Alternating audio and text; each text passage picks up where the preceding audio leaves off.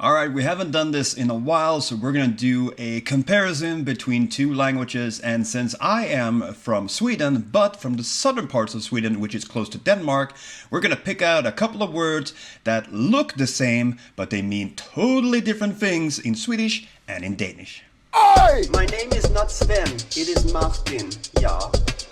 So let's start with these two words, and the Danish one, betjent, means police or tjänsteman, which is an officer or police officer, while as betjent in Swedish means butler.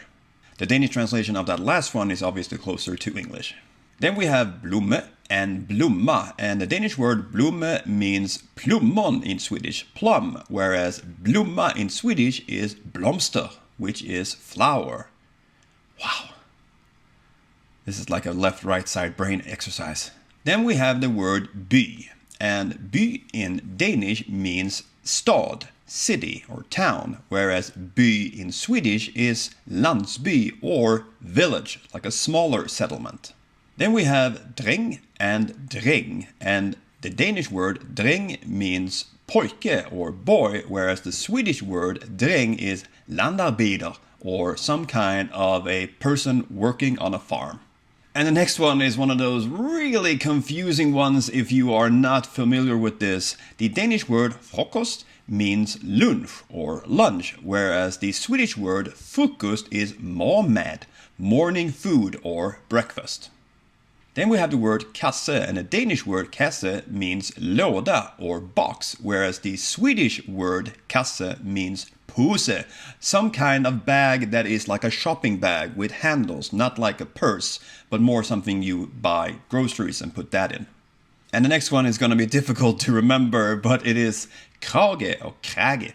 Krage in Danish means kråka, crow in Swedish, whereas krage in Swedish is krave, which is collar in English. Hey. Then we have the very short word le, and le in Danish means skratta, to laugh, whereas le in Swedish is smile, which is to smile. If you're from Skåne, like I am, then you can be le. If you are le, that means that you are mean. Then we have the word rolig, which in Danish, rolig, means lugn, to be calm, whereas rolig in Swedish is morsom, which is fun. The Danish is actually a little bit more correct here, because if you put an O in front of something, it means the opposite, and the Swedish word orolig is to be worried, which I guess the opposite would be to be calm. So Danes, you got this one. Then we have the word semester, and the Danish word semester is en termin, a term, a semester, just like in English, whereas in Swedish, en semester is en ferie, a vacation. Totally opposite. And the last word is tjur, and tjur in Danish is tjäder, capercaillie, whereas in Swedish, tjur is tyr, a bull. Two very different animals to be chased by. If you're like, I'm chased by a tjur, long and little bird. No, it's a big one!